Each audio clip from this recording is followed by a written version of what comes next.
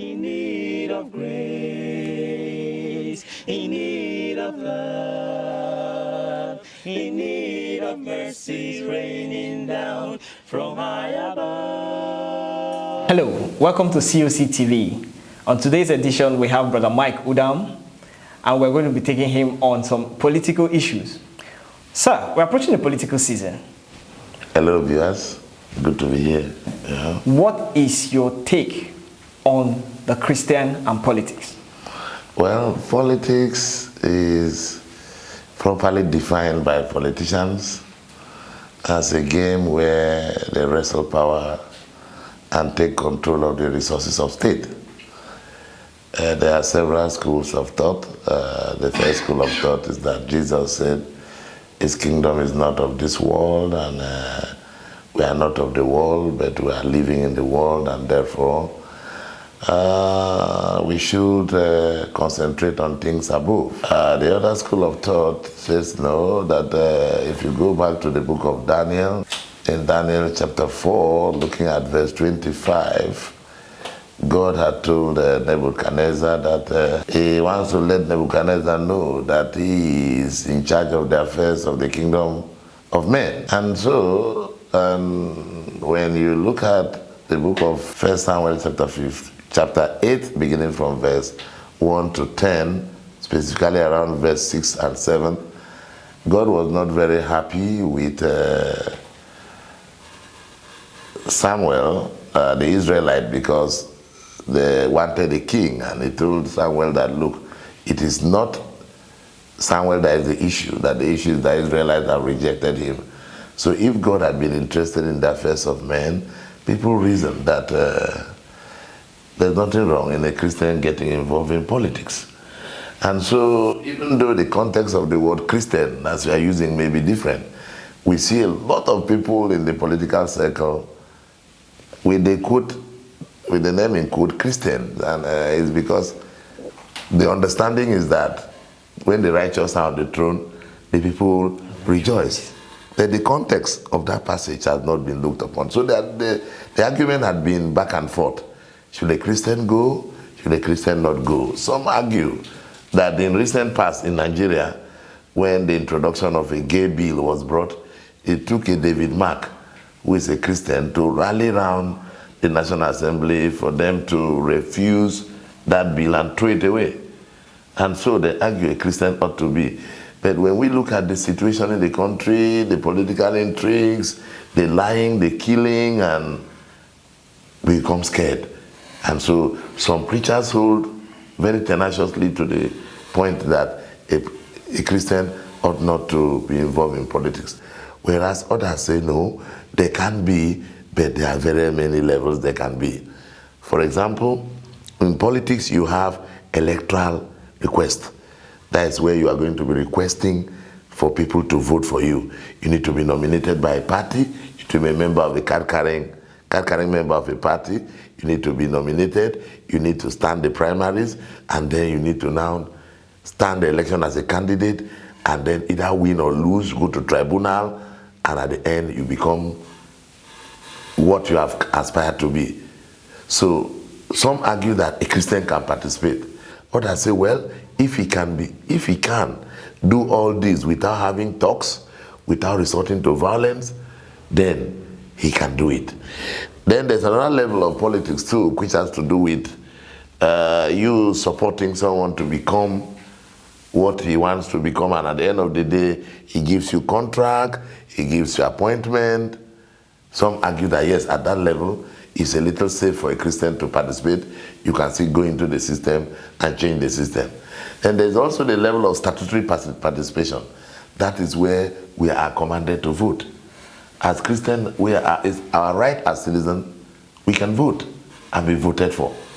And then lastly is social media activism, which is another form of politics of recent, where people become political jobbers, they write for politicians, they insult others and do a lot of all sorts of things on social media, cast aspersion. So the bottom line is, if we know who we are as Christians, it will either influence us to go in or to stay out. But let me say this, as Christian young people, a friend of mine called me one day and said, Mike, you need to be in politics. I said, why? He said, honest people are needed. And that we have allowed politicians, dishonest people to be in charge. But when we look at the other hidden agenda, where you need to belong to a cult to be able to be given power. And if you are really desperate for that power, you may see yourself bowing down to temples before going. So it's a little bit dicey. It's a very dicey question. Okay, sir. Now, you've taken the issue of people who want to go into mainstream politics, though on the passing you've mentioned the statutory role that we all have to play. Now, I want to take you on that statutory aspect. What do you advise the Christian to do in this political season? The Christian that is not contesting any political office, what is your advice for the Christian? The Christian, first of all, we need to build capacity in the Christian to know that politics is a game, it's a business, and those who win control the empire. And there are so many roads you must pass to be able to win. Some nowadays we hear Supreme Court victories, where in the election the person did not win, but he won by Supreme Court. And then we've seen a lot of manipulation. So if as a Christian who is not contesting an election, what you need to know is, one, don't put your faith on a politician. Because the same man that you see today abusing the others, and people are going to die. Tomorrow, if their interests are similar, they will all come align and come back to the same political party. And you will be looking at yourself very stupid. These are people that they don't have a conscience. They are ready. I don't intend to even give you an example. I would have just shown you some example in Nigeria. You see, you can't stand for them. That's number one.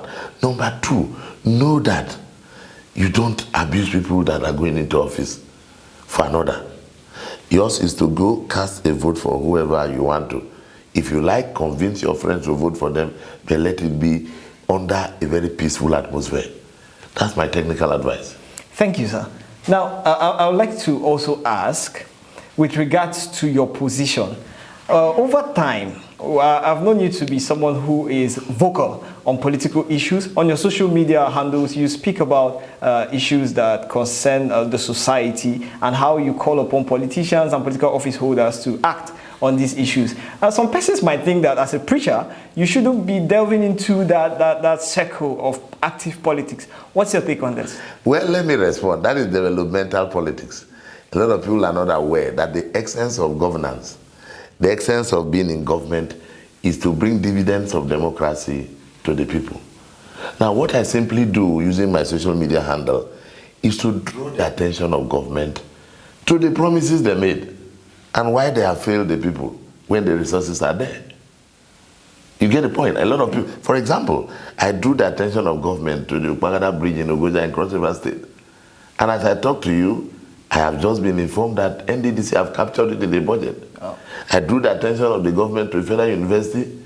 The state ended up getting a federal polytechnic and located elsewhere. It's all part of the advocacy. That level, that so long as you do it civil, you don't abuse, you draw government attention to it, you call them back to what they have said they were going to do. And so if they fail to do it, then it's unfortunate. But if we keep quiet and say, no, that's politics, then we are just playing with. We really need to understand what politics is all about. See, in politics, we have those who are in government and we have those who are the electorate. Ours is to remind government to do their responsibility. And if we do that in civil space, there's nothing wrong about that. But do not abuse, do not denigrate, and do not even cajole any of the leaders.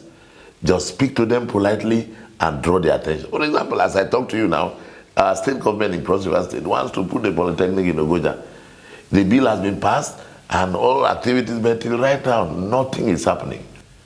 And each time I remember, I call their attention. I say, you said you were building a polytechnic, you have not done so. I don't think I'm a sinner.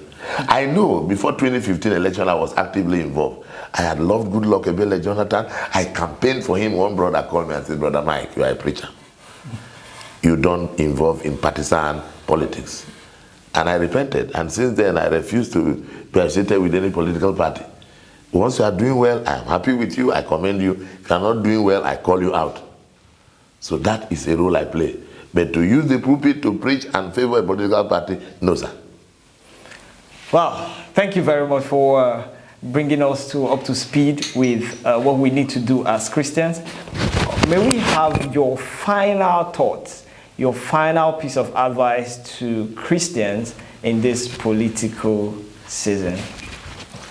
All right, my final thought to Christian is, if we understand that we are on a pilgrimage,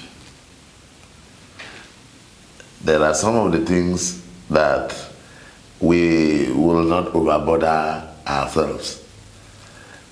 We need to talk to the government to do things that will give us a better economy, and that's all.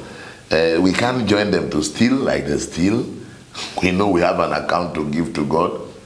That's why, let me tell you very honestly, if you have a person that is a Christian, an honest person who becomes a governor, he will return back home and will not have anything to show. Because the way the government is structured, you need to dip your hands in oil for you to be able to succeed. You need to dip your hand in oil. Let me give you an example. And if I'm a Christian and I award a contract to you, I don't expect any kickback.